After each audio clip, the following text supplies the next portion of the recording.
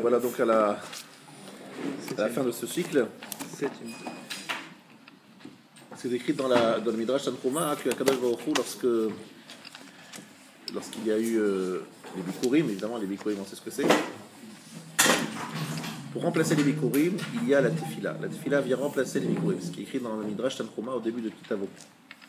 Les Bikurim, on sait que c'est les prémices qu'on apporte au Beth HaMikdash, et on remercie Hachem pour lui avoir donné cette terre et tout ce qui s'ensuit, c'est-à-dire sortie d'Égypte et compagnie. Alors qu'est-ce que ça veut dire ? Ça veut dire que le fait de prier est une forme de remerciement, mais le remerciement qui n'est pas vraiment dans le sens pur et simple du remerciement, c'est reconnaissance que tout ce que j'obtiens, tout ce que je reçois, ça vient de là-bas, c'est ma seule adresse. C'est ce qu'on avait dit la dernière fois. Rappelez, dans la dimension de la Tefila, que la seule origine de tout ce qui peut, de tous mes besoins, c'est Akadosh Baruch Hu, et c'est l'unique comptoir où je peux obtenir tout ce dont j'ai besoin. Ça, c'est quelque chose qu'il faut rappeler au quotidien, 3 fois par jour, en me disant voilà, ça vient de là, ça vient de là. Même si ça paraît venir d'ailleurs, ça vient d'Akadosh Baruch Hu de nulle part ailleurs. Sur cette introduction très courte, je dois dire, et je reconnais, mais du fait de l'urgence de terminer cette semaine les différentes halachot qui nous manquent encore, je suis obligé rapidement de passer à la partie halachique et d'essayer de boucler un petit peu le tour d'horizon. Alors encore une fois, je répète, c'est pas exhaustif, c'est pas possible de faire dans ce cadre-là tous les halachot. On est obligé de choisir. J'essaie de choisir les halachot les plus fréquentes et les plus régulières. Voilà les. Oui. J'ai une petite question là. J'ai un Mishnah Torah, mais il est écrit dessus, mais il n'y a pas de nom. Je peux l'utiliser ou pas?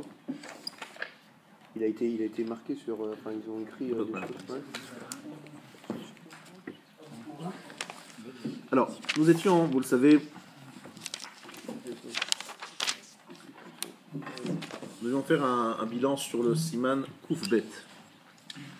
De quoi parle le Siman Koufbet? Il parle de la problématique de passer devant quelqu'un qui prie, de s'asseoir à côté de quelqu'un qui prie. Alors, il y a beaucoup de détails, mais je vais essayer d'être extrêmement, on va dire, concis et résumé au maximum. Dans le Shulchan Aruch, c'est écrit la chose suivante. Assour, les chèvres, le Tor Arba Amot, le Mitpalel. Il est interdit de s'asseoir dans les 4 côtés de quelqu'un qui prie.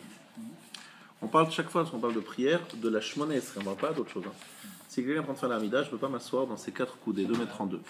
Ben milfanav, ben minatzdadim, ben minacharav. Ni devant lui, ni derrière lui, ni à côté de lui. Ça veut dire que la Chik Arba Amot, il faut donc s'éloigner. V'imosek bidvarim shamitikune atfilot.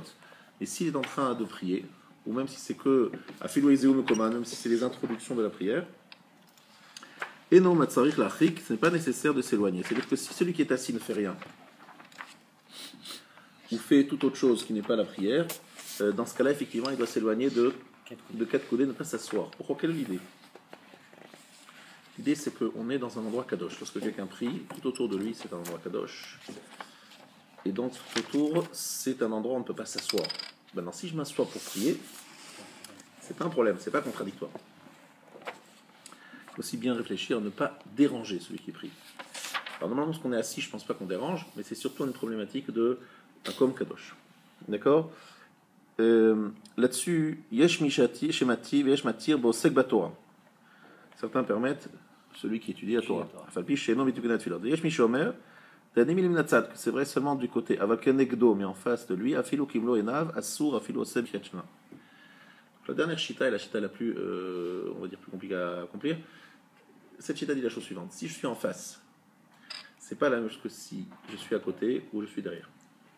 Si je suis en face, Kimlo Enav, ça veut dire, même si c'est beaucoup plus que 2 mètres en 2, voilà, Kimlo Enav, c'est-à-dire ce que mon œil me permet de voir.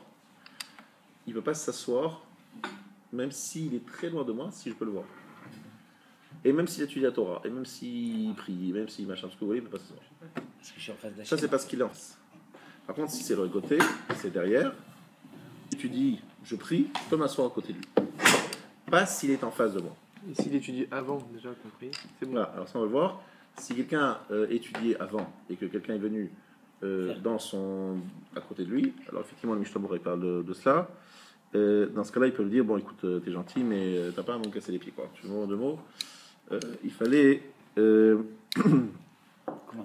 C'est dans le Shulchan Aruch déjà, excusez-moi, c'est pas le Mishnah Berurah. Ima Yoshev Yashav Kvar dans le Siman Gimel, si celui qui est assis est déjà assis, Ve'amazeh Betsido, et celui qui est à côté de lui s'est levé, et notre sac lakoum, Sharizeba Bigvulo.